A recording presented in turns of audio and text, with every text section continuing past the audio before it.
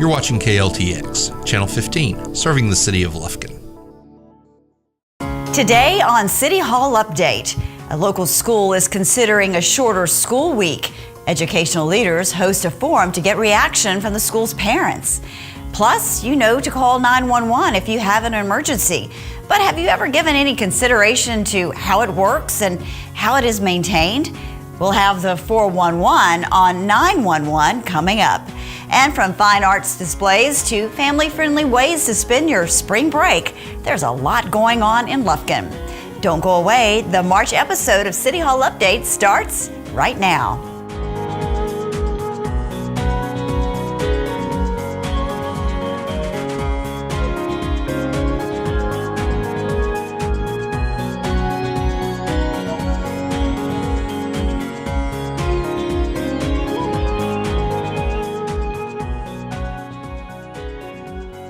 Hi everyone, I'm Yana Ogletree and welcome to City Hall Update. Helping local nonprofit organizations succeed in a competitive environment was the focus of the 2019 East Texas Nonprofit Leadership Conference at Angelina College. Executive directors, board members, and even volunteers spent the day learning more about financial management, fundraising, strategic management and planning, and organizational performance management. Now, this is the second conference hosted by the Center for Nonprofit Leadership at Angelina College. The center is designed to provide educational programs and support services to nonprofit organizations. It provides training for both emerging and tenured leaders, as well as other resources tailored to serve the particular needs of nonprofit organizations. Additionally, the center maintains a board bank, a listing of individuals who are qualified and willing to serve with nonprofit organizations in East Texas. For more information about the Center for Nonprofit Leadership, contact Center Director Donna Busler at dbusler@angelina.edu. A local school is considering reducing its weekly schedule from 5 days to 4 days. Recently, Pineywoods Community Academy held a parent forum to get feedback on the idea. Now, the state requires schools to be in session for a certain number of days. Therefore, the trade-off would be slightly longer school days and slightly longer a year. The driving force behind the 4-day week is that it would give struggling students a day where they could go in for extra assistance.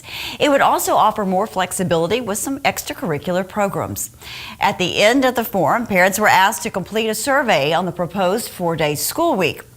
Once the feedback is received, the school will then determine next steps to take, if any.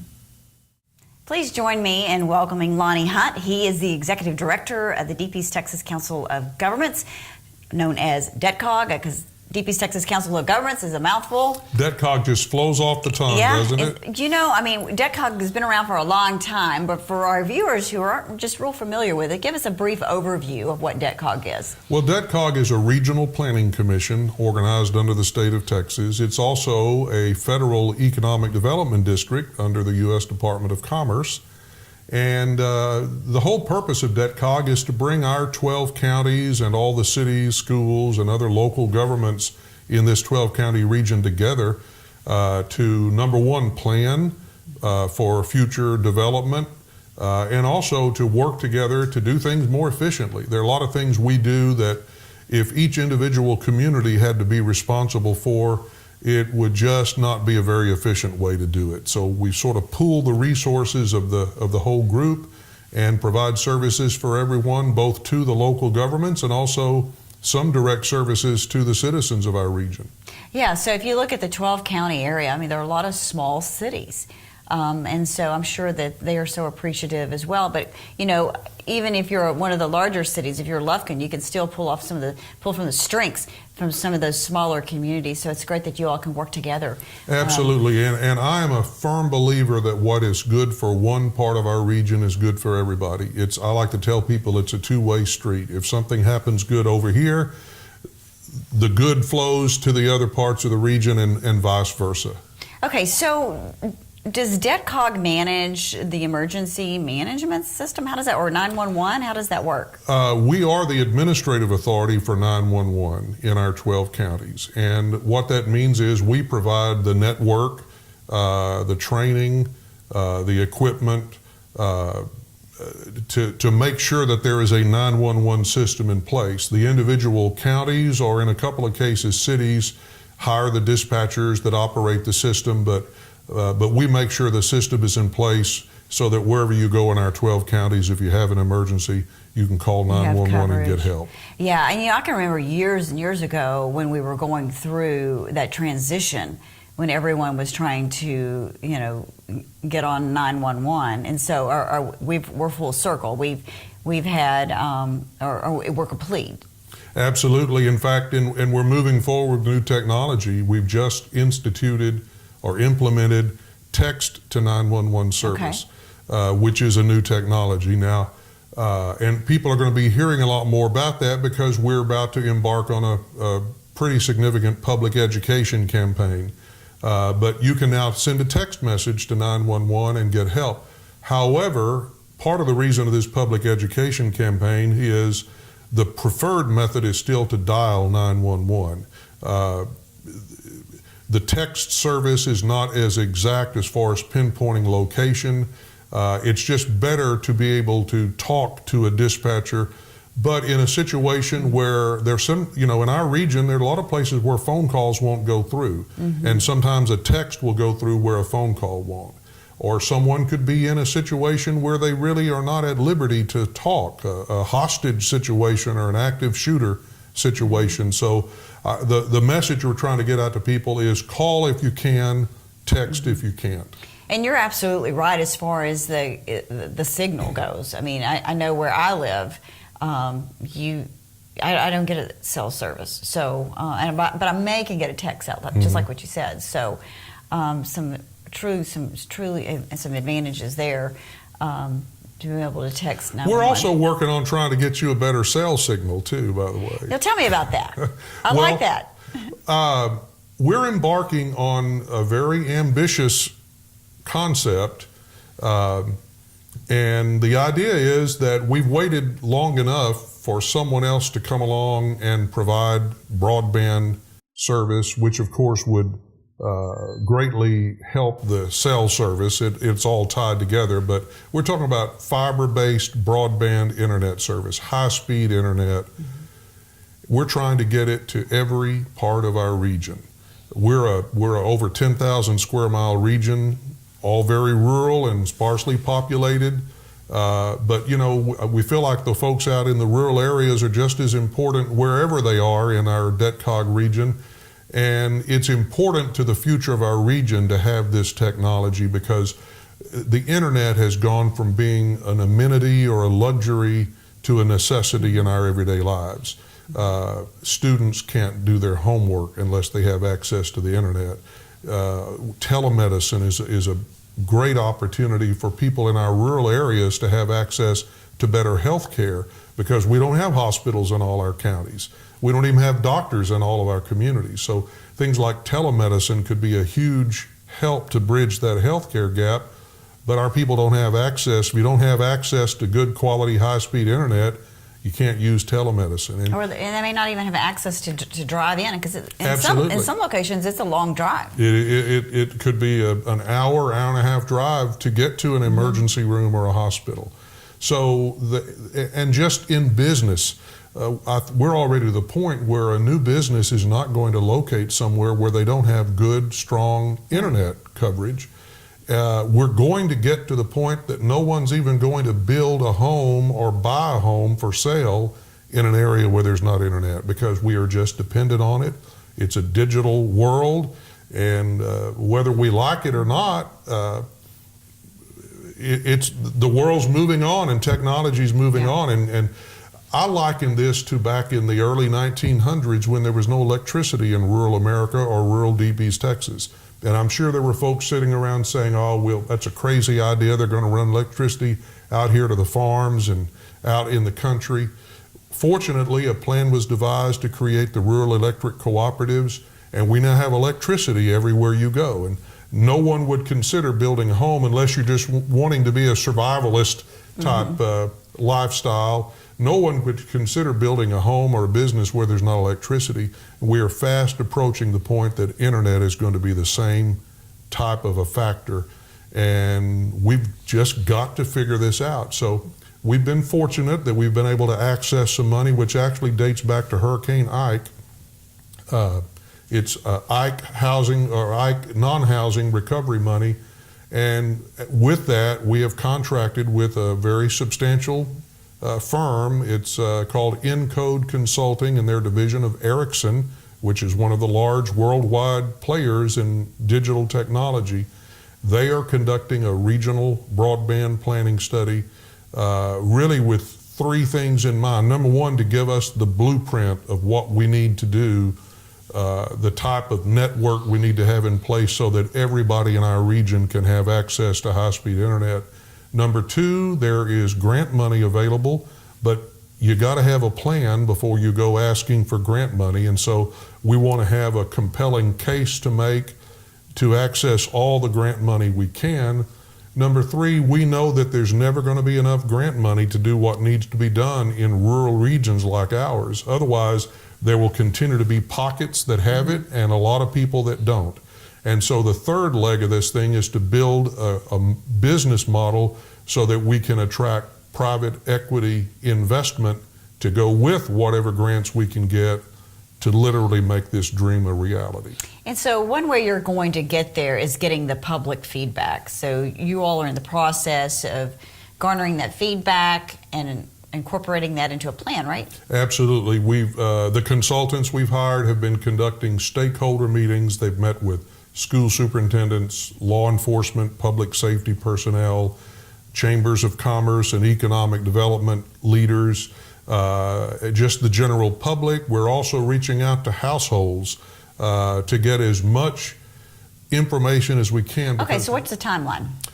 The study has to be completed by the end of June. We're hoping the study will be completed a little earlier than that, perhaps by the end of May. One reason for that is there is some USDA federal money available for broadband projects, and there's not a firm deadline yet on the applications, but it could be as soon as May 31st. So we're working hard, our consultants are working hard, pulling all this data together to build our case and give us a plan, a workable plan, not just something that looks good and sits on the shelf, but something we can actually take and implement. Into a reality. Yeah. And thanks to all of the business leaders, community leaders who voice their opinions and continue to do that and giving us we need their feedback. input. And here in the city of critical. Lufkin, for example, the city of Lufkin is probably one of our, it's one of our better served communities. But you go just a short distance outside of town and it's not the same story. And, again, what's good for one is good for all. Lufkin is a hub. It's a healthcare hub. It's an education hub. It's a shopping hub. Lufkin will benefit if all the folks in the rural areas around our region have better technology. Absolutely. Okay, so if someone wants to learn more about this broadband study or contribute feedback, what do they need to do? They should go to our website, DETCOG.net, or you can also go to DETCOG.org. They both go to the same place. And there should still be a survey form on that website that we would encourage anyone to fill out. We're not asking for personal information, but as much information as folks are willing to share, especially with regard to their location. Yeah, that's important. Yeah, because we're trying to pinpoint just where decent service is and where it's not, and how we get it to those places that don't have it. Absolutely. Okay, so you can help make a difference by going online and filling out the survey. Every bit helps, as Lonnie said. Also be watching for the Text 911 campaign that'll be coming out as well. So be looking for that and following the implementation of that service. Call if you can, text if you can't. But the service is in service at this time. Oh, it is. So, okay, yes. It's up and running. Yep. All right, Lonnie, thanks for coming on the show. Thank you so much. We appreciate you, and we'll check back in with you later. Appreciate it. If you have managed to escape the winter without getting a cold or the flu, consider yourself lucky. Recently, healthcare professionals have been warning everyone about airborne viruses. Here are a few tips to reduce your risk of getting sick. Most viruses enter the body through your eyes, nose, or mouth. So be sure to wash your hands thoroughly before touching your face. Nobody likes to get shots, but many vaccines are available to prevent you from getting sick by preparing your immune system for certain viruses before you are exposed to them. Keep away from places where airborne illnesses are likely to spread, especially an enclosed area like a car or small room with someone you know is infected. In addition to your hands, you might go through the house and clean doorknobs, light switches, remote controls, and anything else that is commonly handled by multiple people. As the saying goes, an ounce of prevention is worth a pound of cure. As we approach spring break, the Kurth Memorial Library is heating things up with a number of fun and educational events.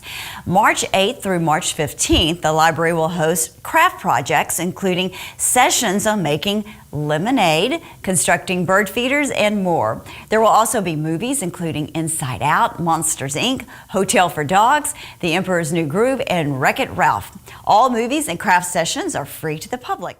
I'd like to welcome Ted Lovett to the show. He's the fire chief for the City of Lufkin, and we're just going to check in with Ted to find out some new things going on in the department. One thing this month, the time has changed, so we spring forward. That's how I remember it, spring fall back, right? But it's also time to change your batteries in your smoke detector. It is. You want to remind the public that twice a year you want to check the batteries in your smoke detector and change them. The big thing is that you have a smoke detector, so we want to make sure everyone understands that that's a very critical piece of equipment that needs to be in each home. And if you don't have smoke detectors, we will get you some smoke detectors and install them for you if you will contact us. But really? Check them, make sure you have them, and they will save your life. From your years of experience, tell us about smoke detectors. Have you seen situations where if someone had a smoke detector, it would have been a different outcome? Absolutely. For example, we did a smoke detector push 3 or 4 years ago. So we went around the community. This time it was in North Lufkin. We went around with little bags and some safety paraphernalia and smoke detectors and installed them in several homes. Wasn't long there afterwards, we had a fire and they met us at the front yard saying the only reason we got out was because of the smoke detector that you installed in this house. And so we saved the family that night just by the smoke detectors. That's pretty incredible. And you know, like you say, even if you save one life, it's all worth it. Exactly. Investing in those smoke detectors and the time and energy it takes for your department to go and install them. So how does someone get a smoke detector? They call you, but do they call you, go online? Is there an application? What do they need to do? Yeah, they get on our website and our contact numbers are on there, contact information. And we have them, and Red Cross, we kind of team up with Red Cross, and we'll send our crews out, or Red Cross will go out in the county, because we don't necessarily go out in the county, but we'll install them in the city, and our Red Cross will take care of it in the county. Okay. All right, excellent. What else is going on in your department? The biggest thing lately is probably the Public Safety Division that was created. So we had a little management change. I'm directly responsible to Public Safety Director Gerald Williamson now, who was, the past police chief. Right. So great relationship. We work a lot with PD, anyway. And so we've done a lot of joint training. This active attacker training is a big buzzword now. So we've done a lot of training there. We've taken over the old Armory building, so we did a lot of training in the old Armory building, and there's more of that, to come in the future. Right. So good joint venture between us and the PD just to make sure we're taking care of any. Now it's just not active shooter, it's active attacker. They will hit you with trucks or planes or anything they can use. So we're trying to prepare for that, be proactive instead of reactive. So. How do you train for something like that? In this particular set of training, it was more of an active shooter type scenario that Chief Thomas, he's an instructor for the team that does that. So we learn how to basically, they go in and engage the attacker, and then we go in. In the past, it was like, we're just going to wait till everything's clear before we make entry on the fire side, the paramedic side. But now we team up with the PD, and they kind of flank us, and we send teams in, and they neutralize the shooter, and then we immediately start patient care. Yeah. So it's a different mindset for us because normally everything's clear, but this time we're going in, pretty much could be still a hostile environment. You hope not, but Yeah. that's what we're training for. It's a whole new way of thinking for you all. It is for us, yeah. So we're wearing, the bulletproof vest now, and having a lot of training on how to approach it in a different mindset with us. But it gets us on the same page. We do a lot of command type training, and so it's good stuff. Okay, that sounds great. I'm looking at your list here, and it looks like you said we're going to get a new ambulance. Yeah, we kind of rotate ambulances every year. We run 4 frontline med units. You wear them out. We run 900 square miles out there in the county. I was going to ask you, what's the average mileage you put on a? About 150,000.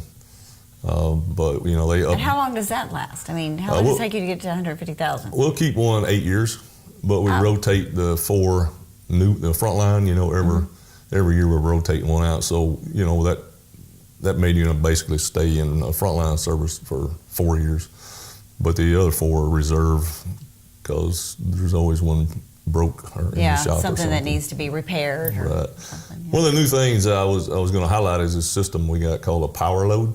Okay. And this is a system that when you run the stretcher up to the back of the ambulance, a hydraulic lift comes out, and it saves you from having to lift the weight of the patient once you get the stretcher to the back of the med unit. And it's a really, really nice piece of equipment that lifts the stretcher and pulls it back into the med unit. So it saves on the wear and tear of your back and helps a lot. Yeah, coming from healthcare, I understand that. There's so much lifting, especially, in healthcare, like for the nurses and so forth, and the techs. But the EMS techs would have that same issue. They do. Once you get the patient on the stretcher, you still have that burden of lifting them onto the stretcher, but once you get them on there, it helps a whole lot, loading them in the back. And does the stretcher handle pretty much any 750 weight? pounds. Yeah, okay. Yeah. Right. Because imagine if you get an obese patient, that's difficult in more ways than one. Absolutely, It's a challenge. Yeah. Sometimes you have to get 3 crews out there just to get them lifted up. Yeah.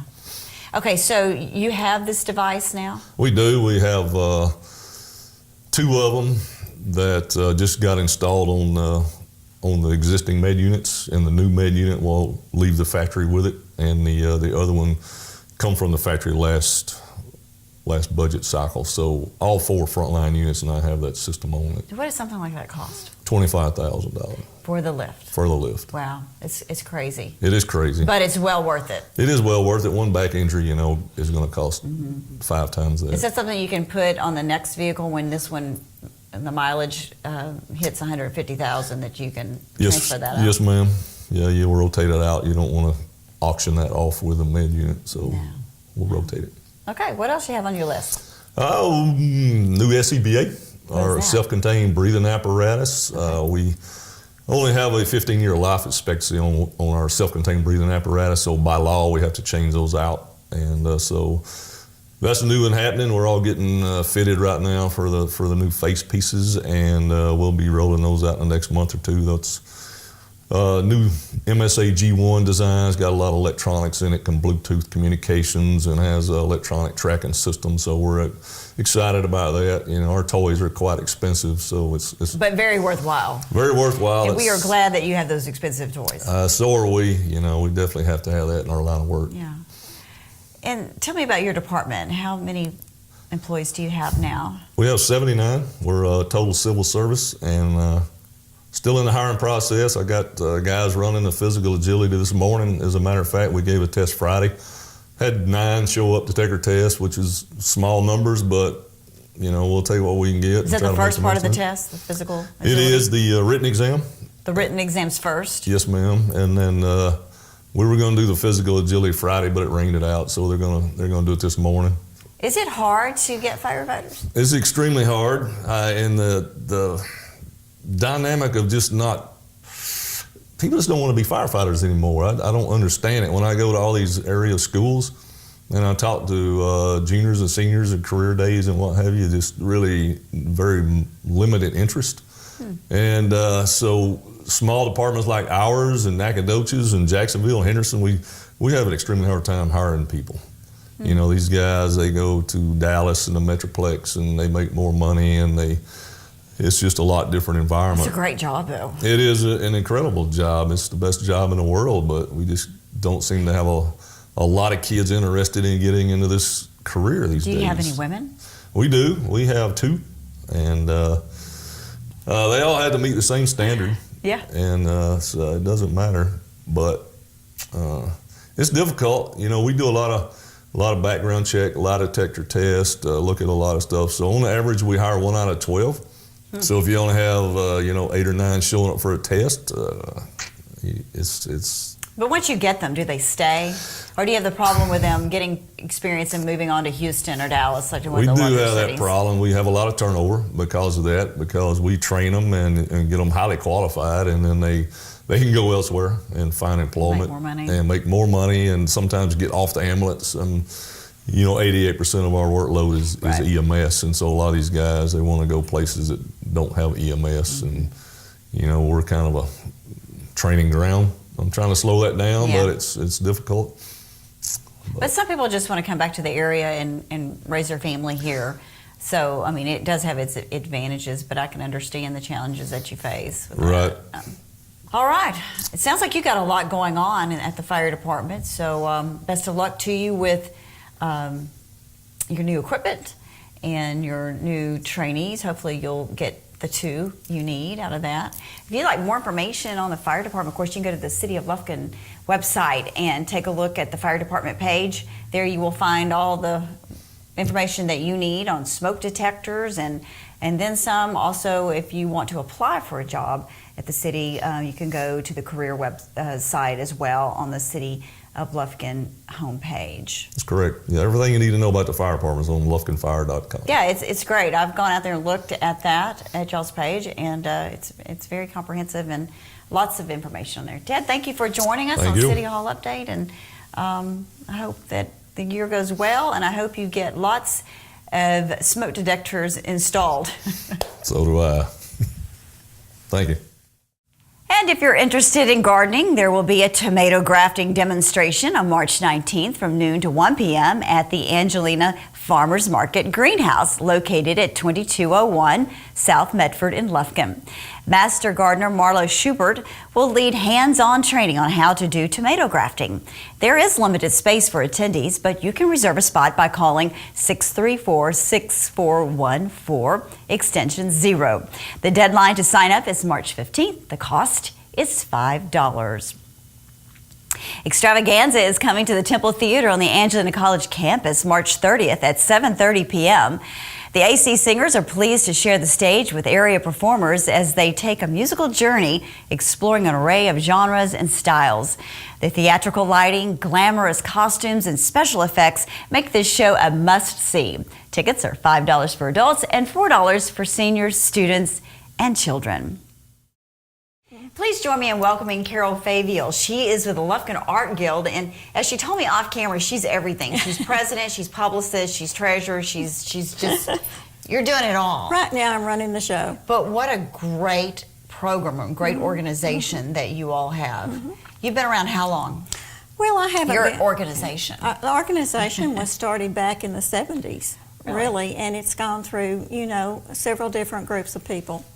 But right now we have a real wonderful group of people, very diverse in the type of art they do and the type of backgrounds they have. And how many members do you have? 63 adults. 63, and you all are gearing up for your spring show, right? That's true. It will be in April the 13th and 12th and 13th at the Grand. Tell me about the show. The show is a really, everyone participates. We can't do it without everyone. We take in art, it's registered online, and we take in art on Thursday night and hang the entire show, which sometimes can be 300 pieces. And the show opens at 1 o'clock on Friday and runs till 5, and then we have judging on Saturday morning, and we open again at 1, have a reception from 5 to 7. And like I say, we have lots of different art, and art is for sale. Is this open to the public? Oh yes, from 1 to 5 on Friday, 1 to 5 on Saturday, and you're invited to the reception with refreshments and live music. And is there a cost?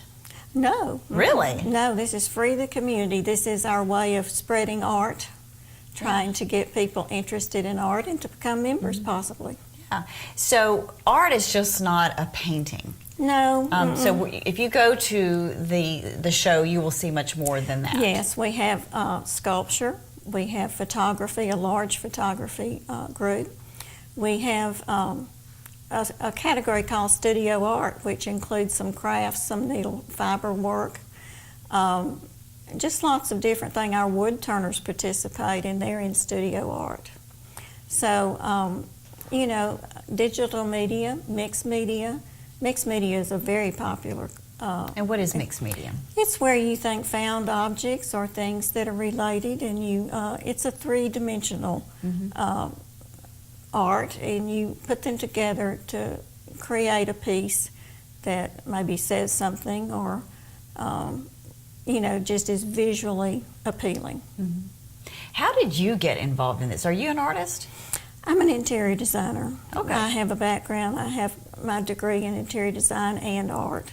And we moved back from Huntsville. This is my hometown, but we moved back and we were looking for different things to do. And so I was reluctant. I wouldn't call myself an artist. I said, I'm not an artist. This is tedious.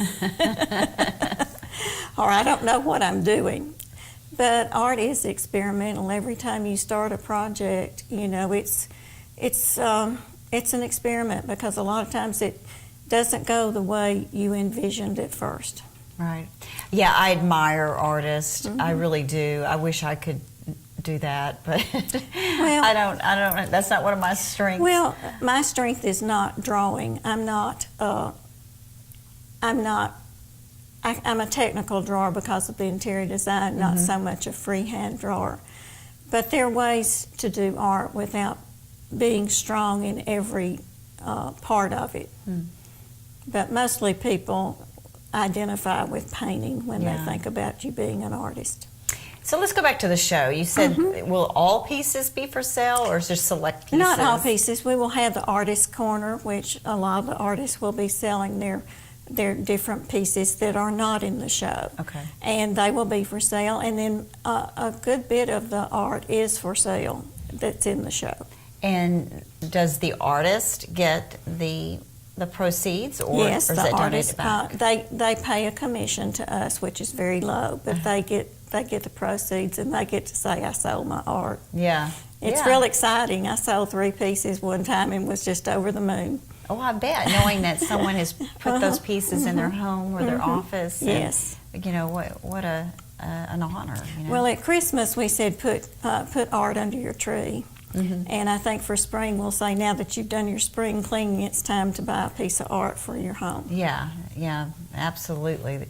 Okay, so tell me the date again, April 11th, 12th, and 13th, and we open on Friday the 12th at 1 o'clock. And can the public come for the awards ceremony? Well, Are you just going to hang? Or you just hang they ribbons? They or get ribbons, and then when we have the reception, sometimes we recognize some of our artists and the people who've done the most work. Yeah, I'm sure they appreciate the public coming and looking at their art and interacting with them and asking them questions about their pieces. Right. And you know. Our artists donate pieces for a raffle, which we have the entire time, and that's always a very fun thing when we give the raffle items away. I bet it is. Okay, so that is the Lufkin Art Guild, their spring show, which is 11th, 12th, and 13th of April at the Grand. For more information, you can visit us, the Friends of the Lufkin Art Guild on Facebook. On Facebook, okay, so go out to Facebook and take a look, and you'll find more information about this year's show. Will you have a preview out there? No. I can say she's going to say no. No preview. You're just going to have to come to the show. You have to come to the show. Sounds like it's going to be an incredible show, in lots of participation with local talented artists. So come out and support the Lufkin Art Guild and her local artists, and you'll be glad that you did. Come out to the Naranjo Museum on April 6th at 6 p.m. for the annual Spring Gala Dancing with Dinos. Guests will enjoy dinner, dancing, a silent auction, and entertainment, all while supporting the exhibits and programs at the Naranjo Museum of Natural History.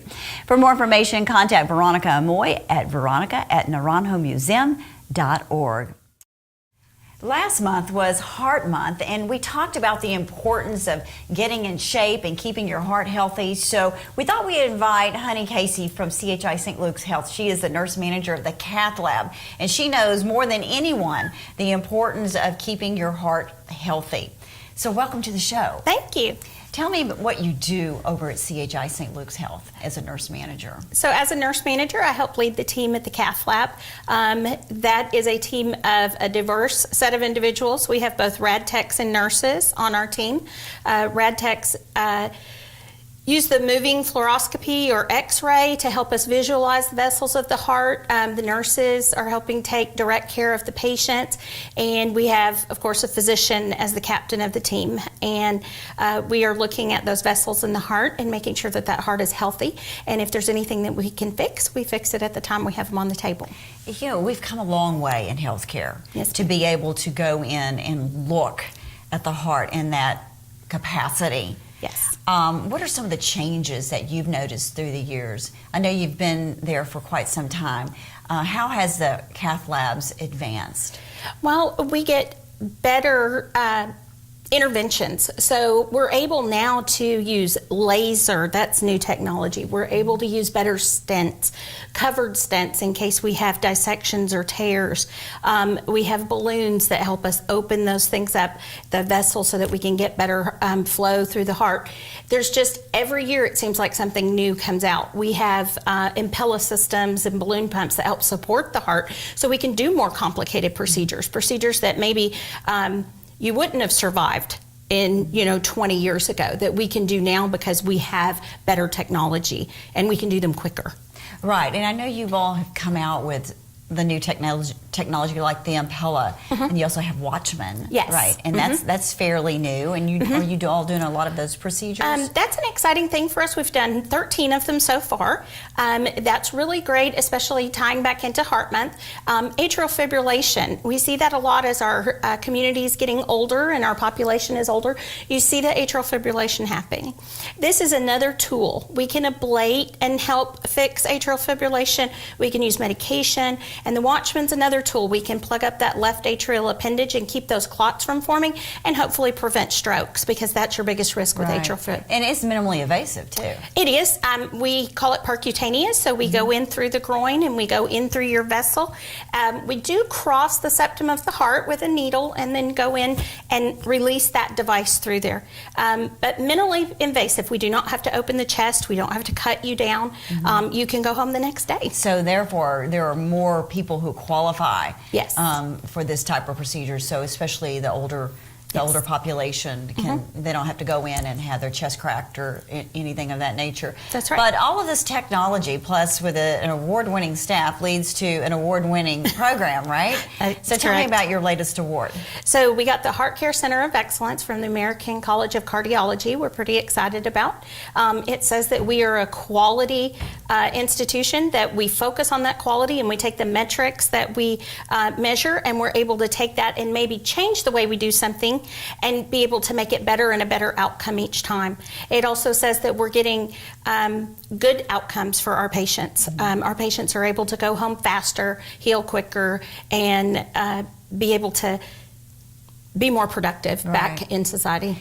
And it also says you're one of just a few hospitals in the country who That's have achieved correct. that. We were only the second in certification. Texas to get the certification, and we are only the 9th in the nation to get the certification right here in Lufkin.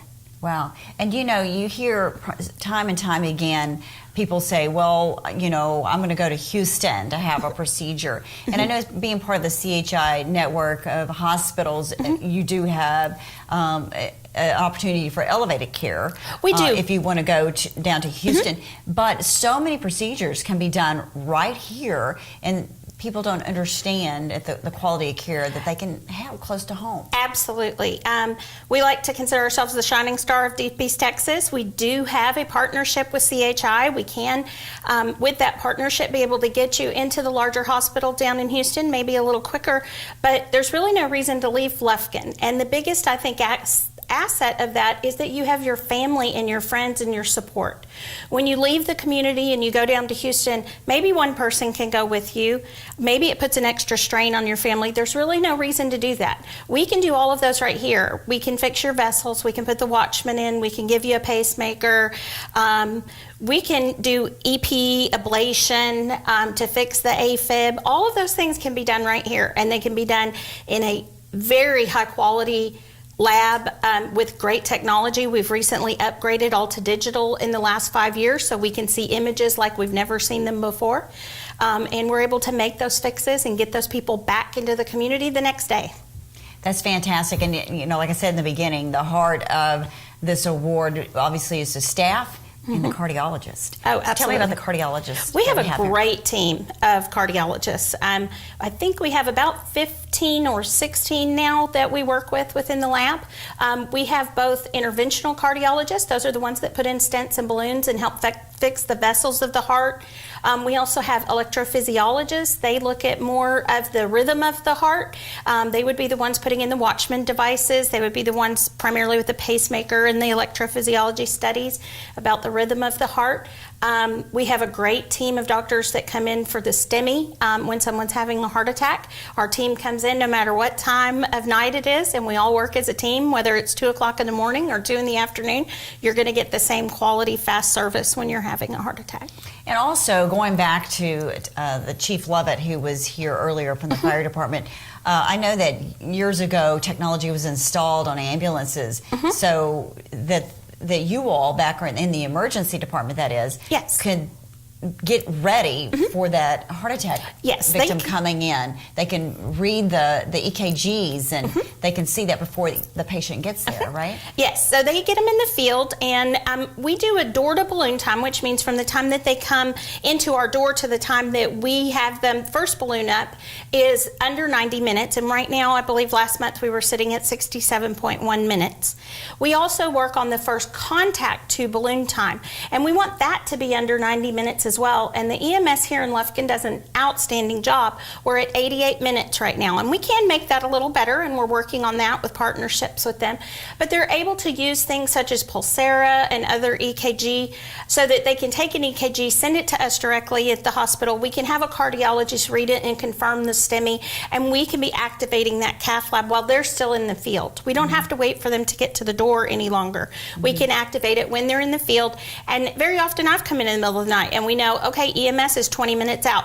I've got my lab ready, and we're ready to wheel up as soon as they get there. Boy, yeah, when every minute counts. Very, very much so. So this latest award is just one of many awards that the heart care team at CHI St. Luke's Health Memorial has accomplished over all it's many years, and so obviously it's a great program, a lot of great success stories coming out of there.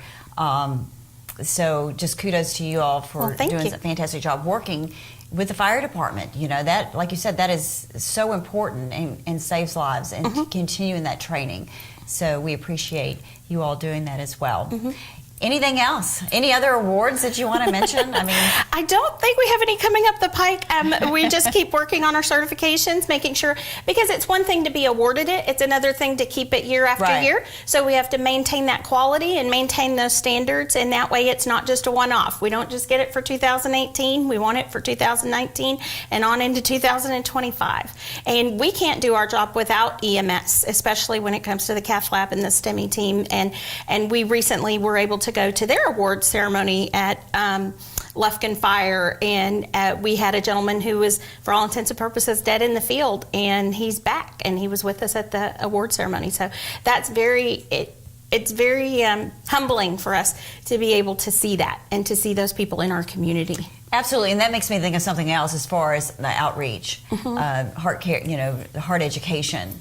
I know you all do a great job of that, and I've heard success stories of training going into different industries, and someone actually having a heart attack or a stroke, and the trainer or a fellow employee notices it and has been to the training and actually saved that, knew what to do and save that employee. So some great success stories, and it's important to continue community education. Absolutely. That it really is. So thanks for coming on the show. Thank honey. you. I appreciate you having Pleasure me. talking with you, and congratulations Thank to you. CHI. If you'd like to learn more about CHI St. Luke's Health Memorial, you can go to their website, chiSt.Luke'sHealthMemorial.org.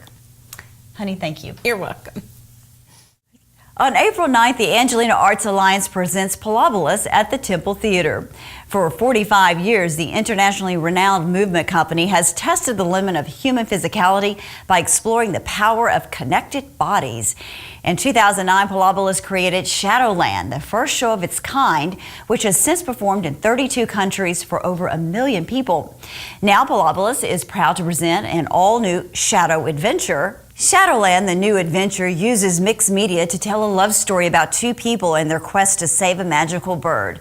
Employing animation, video, and live shadow theater, this madcap adventure dips its toe into the genres of science fiction, film noir, and romantic comedy. For ticket information, contact the Temple Theater box office at 936-633-5454.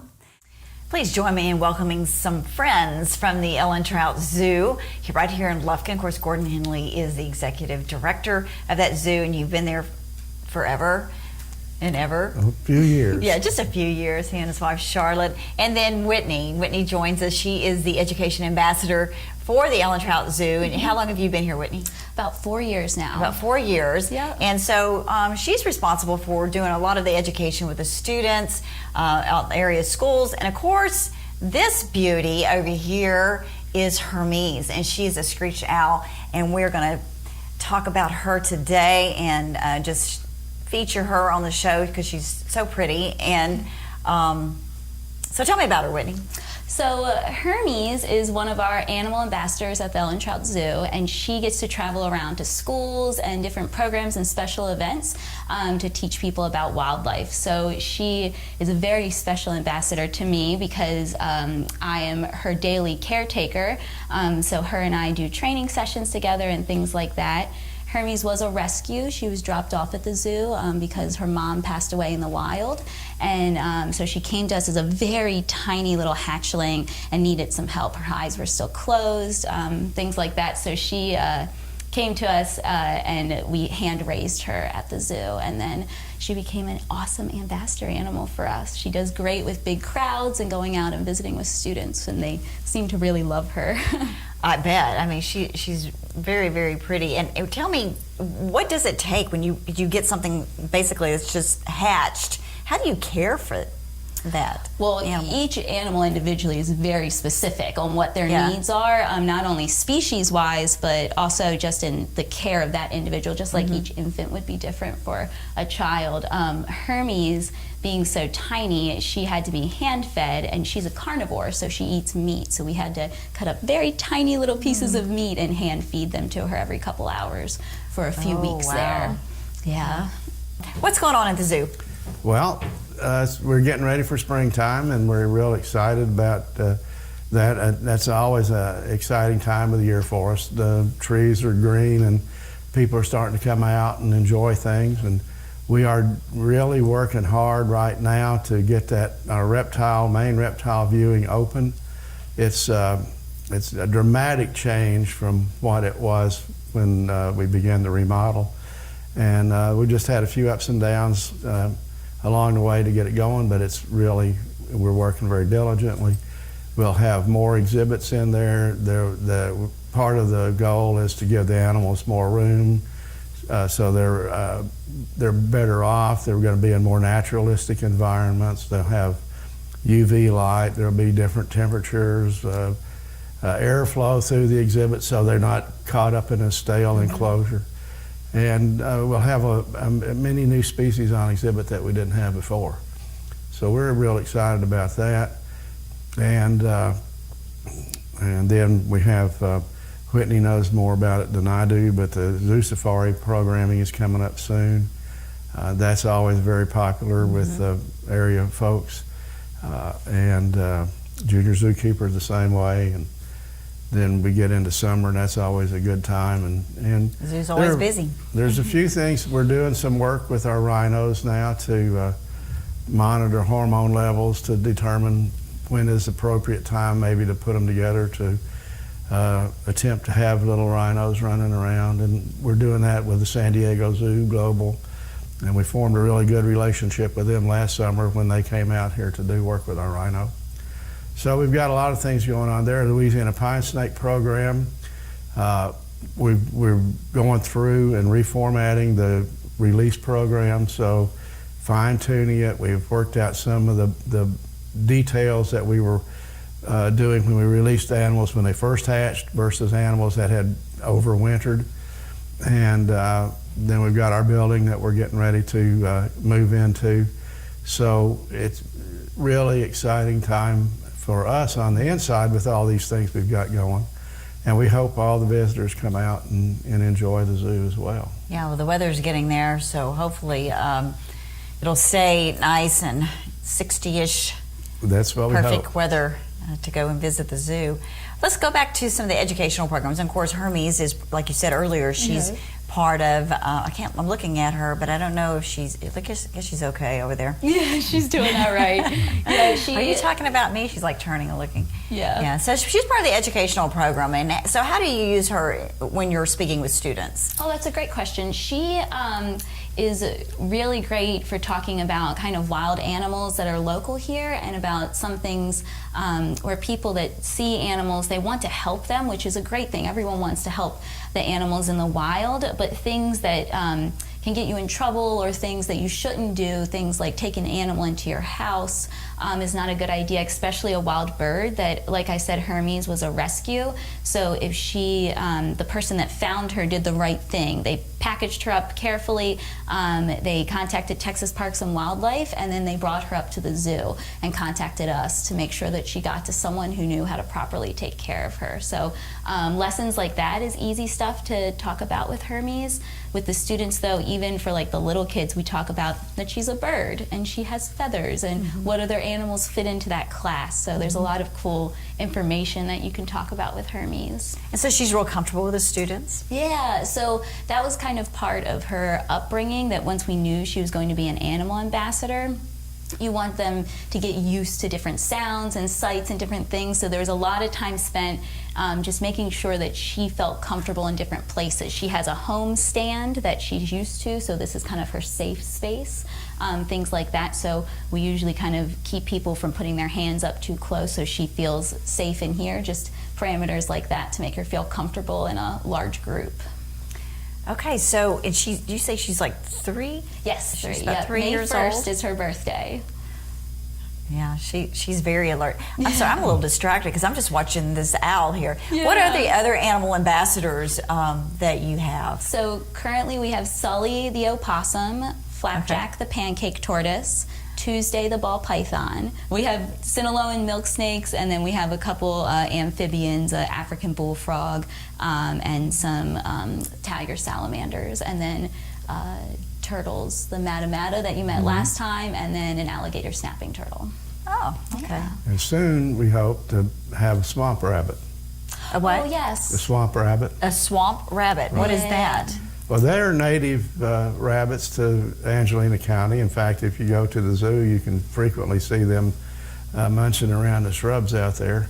Just And- loose? Loose, They right. just run around. And we had one like Whitney's. All of our ambassador animals we get as rehab or an adoption that way. We don't take anything out of the wild for this purpose. And we have all these rabbits in the zoo, and someone found 2 of the little infants and took them to our veterinarian, and he's been raising. He lost one. One was in too bad a shape to make it, but this other one is thriving and doing fine. And it'll be another excellent example of a mammal, a rodent, a native animal that's right here. They're different than cottontails. They're bigger than cottontails, and they have a little bit bolder attitude. So it's another exciting animal that we can use to try to connect people with wildlife, and not only wildlife in Africa and Asia and Australia, but wildlife right here in Angelina County. And another part of the educational program is understanding how to take care of animals and to respect animals. And that's such an important message. You know, I mean, obviously people aren't going to own wild animals, but I mean, how it goes back to just domesticated animals and knowing how to treat them and respect them. That's right.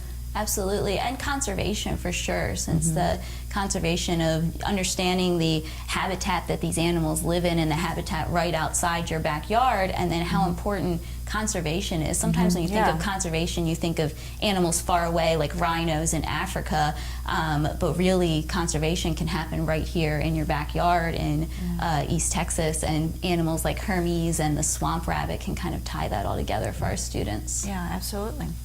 Okay, so if you'd like to see Hermes up close and in person, you can visit the Trout Zoo. Of course, it's like we said earlier, it's a great time to visit the zoo as the weather's getting nicer. Lots of new animals on display. Hermes would love to see you, I'm sure. And so with the zoo staff, right? That's right. We're excited and ready to have people come out, and we're ready to talk to them. Let them know we're excited about what we do and the opportunities that we have for them, and so come on out and find out. Yeah, and also you could even become a friend of the Trout Zoo, and that really goes a long way. The friends do a lot for the zoo, help raise money for the zoo, especially as we move forward into trying to obtain gorillas, That's right. gorilla exhibits. So if you're interested in being a friend of the zoo, they'd more than love to have you become a member of their family. Thank you for joining us on City Hall Update. Thank you, Hermes, Yana. thank you for coming. We enjoyed it. Well, that's all for this edition of City Hall Update. Thank you for joining us, and we hope you will continue to watch for the latest news and information from Lufkin City Hall. I'm Yana Ogletree. Have a great day.